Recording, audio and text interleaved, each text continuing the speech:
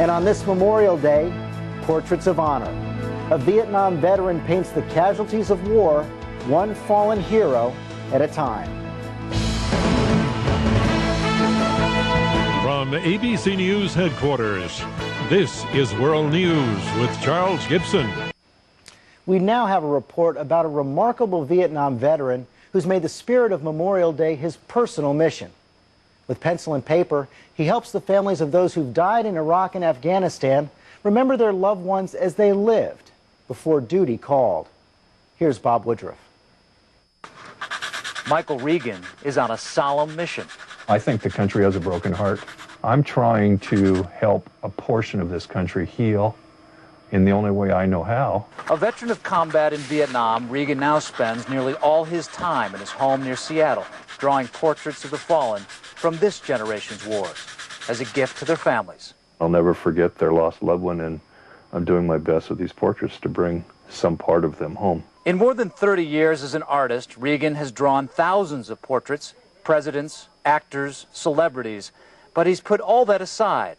Now he draws at least 2 fallen heroes a day, every day, and receives not a penny in return. This is Specialist William Evans, a National Guardsman from Pennsylvania, killed by a roadside bomb at the age of 22. His father asked Reagan to do the portrait. I start with those eyes. And the minute the eyes start looking at me, there's life in the picture. Since he began 4 years ago, Reagan has completed more than 1,200 portraits. Word is spreading among families, and Michael says he'll keep going until all the dead from Iraq and Afghanistan have been memorialized in his art.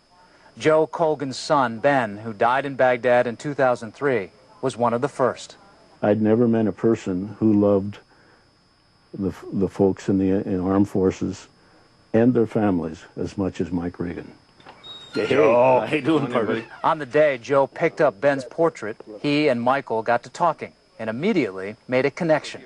I think God put Ben Colgan in my life, and Joe came along with it. And I told him that first day that I really felt Ben wanted me to meet him and to know him. Now pull that back. In many ways, their friendship seems unlikely.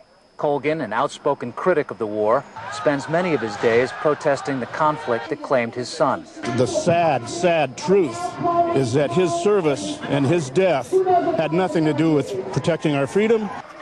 Reagan thinks that war, for all its brutality, is sometimes a necessary evil. I've helped people who've died in war. I've helped parts of people who have died in war. I hate war. But I believe wholeheartedly that sometimes it's inevitable. These are them. Despite their differences, Joe volunteered to help Mike with his project. He shops for supplies, carefully addresses each envelope, slides the portrait inside, and sends the precious cargo on its journey home. All so Michael has more time to draw. The portrait project is teaching people that 2 people with different views politically can both love them and take care of them and never forget them. What's the reaction from these families when they see these pictures? Thanks for bringing my son home. Thanks for bringing my husband home. A lot of coffins come home screwed closed. The image that the families have to live with is the image of what's in the coffin. When I send them these portraits, the image they live with is the image that's on this portrait. Last week, Michael completed the portrait of Specialist Evans. Joe packed it up and drove it to the post office. And just in time for Memorial Day, William Evans is home and back in his father's arms. Bob Woodruff, ABC News, Edmonds, Washington. What wonderful gifts from 2 special men.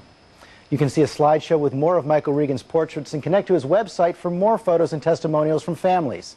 That's at abcnews.com.